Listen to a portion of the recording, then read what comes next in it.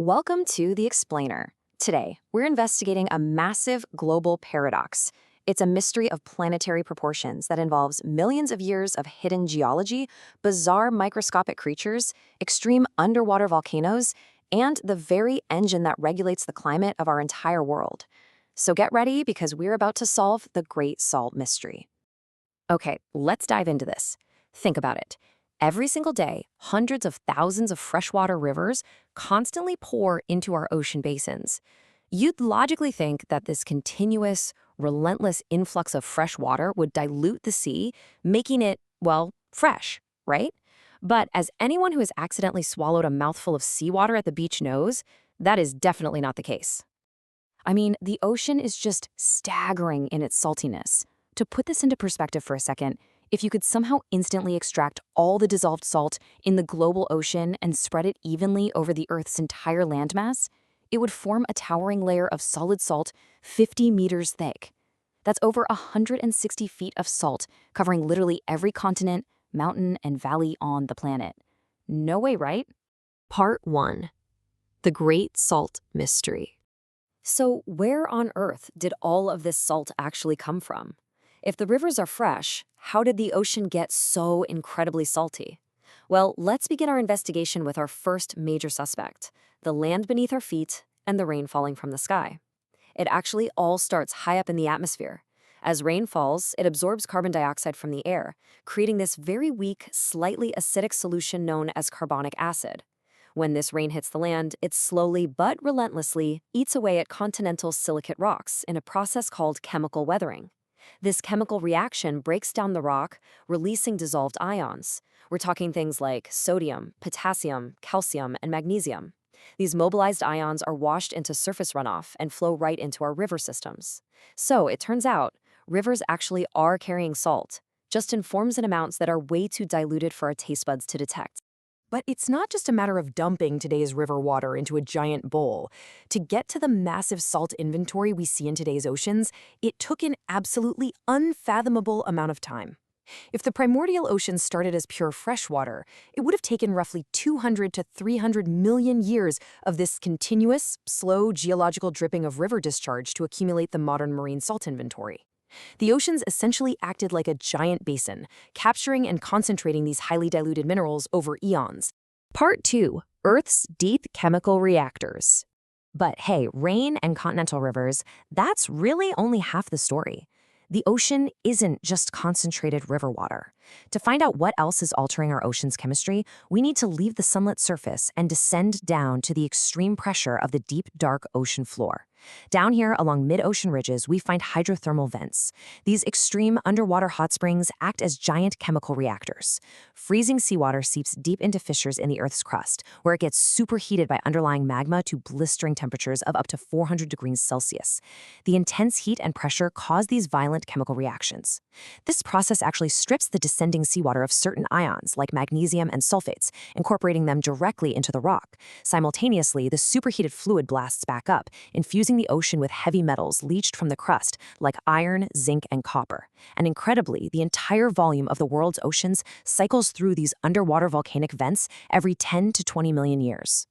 Now, you might be wondering, with rivers continuously pouring in dissolved rocks from above and hydrothermal vents pumping in minerals from below, why isn't the ocean just continually getting saltier and saltier? Well, the answer is a phenomenon scientists call a steady state. The ocean is actually in perfect geochemical balance. The rate of salt entering the ocean perfectly matches the rate it's removed. See, there are biological and geological salt sinks. For example, evaporite minerals form on the seafloor, and marine life extracts vast amounts of calcium and silica to build their shells. These sinks are constantly extracting ions from the water, which is exactly why the ocean's average salinity has remained locked in at around 3.5% for over a billion years. Part 3. The Dead Sea Anomaly. Let's move to and see how this builds, because what happens when this perfect steady-state rule completely breaks down? To find out, we look at an extreme geochemical anomaly. Imagine a closed, landlocked basin with water flowing in, but absolutely no exit to the sea. Enter the Dead Sea, sitting at the lowest elevation on land within the Great Rift Valley. Now, this comparison highlights something truly bizarre.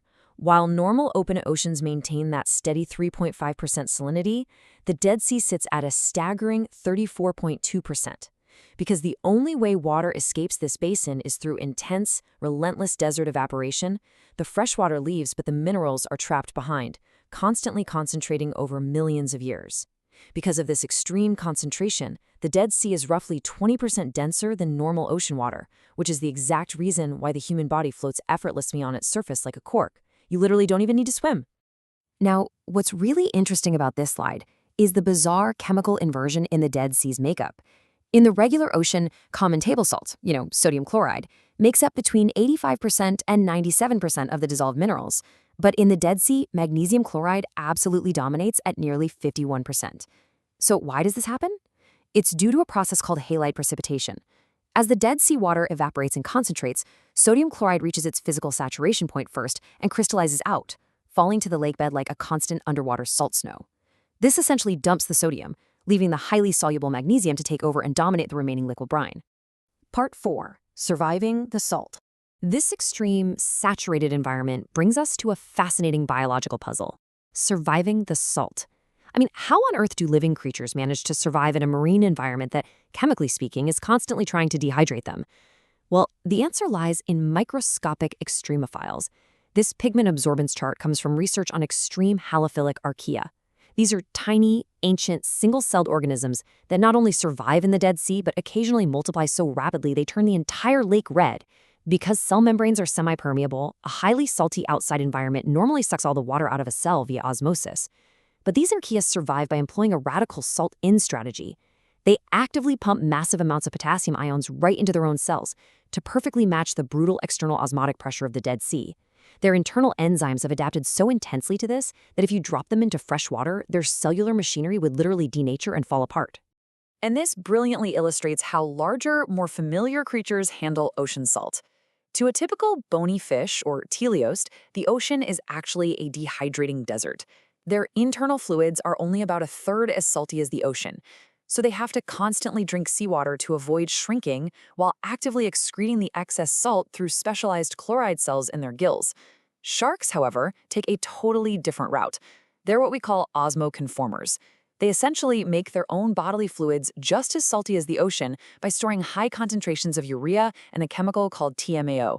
Because their internal pressure matches the ocean, they don't lose water to osmosis. Incidentally, this osmotic science is exactly why humans should never ever drink seawater. Because we lack salt-excreting gills or a shark's urea-filled blood, our kidneys require more fresh water to flush out the salt than the seawater itself actually provides. Drinking it literally speeds up your dehydration. Part 5. The climate conveyor belt. Let's zoom out from the microscopic cells in marine life for a second and look at our planet from space for our final chapter. Because ocean salt isn't just a biological challenge, it is the heavy driving engine of the global climate. We call this the thermohaline circulation, widely known as the global conveyor belt. And here is exactly how this salty engine works. In polar regions, like the Arctic and the waters around Antarctica, the freezing winter temperatures cause sea ice to form. But as the ocean water turns into a solid ice crystal lattice, it rejects the salt. This is a process called brine rejection. This leaves behind surrounding liquid water that is incredibly cold and highly concentrated with salt. And because this icy, salty water is extremely heavy and dense, it plummets thousands of meters down to the ocean floor. This massive sinking motion acts like a colossal planetary pump, creating a powerful suction effect on the surface that continuously pulls warm, tropical surface waters poleward to replace the water that just sank. This massive sinking motion acts like a colossal planetary pump, creating a powerful suction effect on the surface that continuously pulls warm, tropical surface waters poleward to replace the water that just sank. So the crucial point is, the stakes here are absolutely massive. Get this, there is more heat stored in just the top 9 meters of the ocean than in Earth's entire atmosphere. This massive, slow-moving conveyor belt, driven entirely by differences in temperature and salt density, is physically transporting life-sustaining warmth across the globe. This salty ocean current is literally what keeps large parts of our world habitable. Without it, the tropics would become boilingly hot and the higher latitudes would plunge into a deep, freezing climatic extreme. Which brings us to a final, pretty chilling question. What happens to our global climate if melting freshwater ice disrupts this delicate, salty engine? As global temperatures rise, immense amounts of glacial freshwater from places like Greenland are pouring into these critical polar sinking zones. If this massive influx of freshwater dilutes the heavy salty water that drives the downward pump, that water could lose its density. If it stops sinking, the pump stalls, and the ancient delicate balance of our global ocean conveyor belt could grind to a complete halt. It's a profound planetary mystery that we are watching unfold right now, all tied back to the intricate balance of freshwater and salt. Thanks for joining me on this explainer. I hope it leaves you with a lot to think about. Keep exploring, and I'll catch you next time.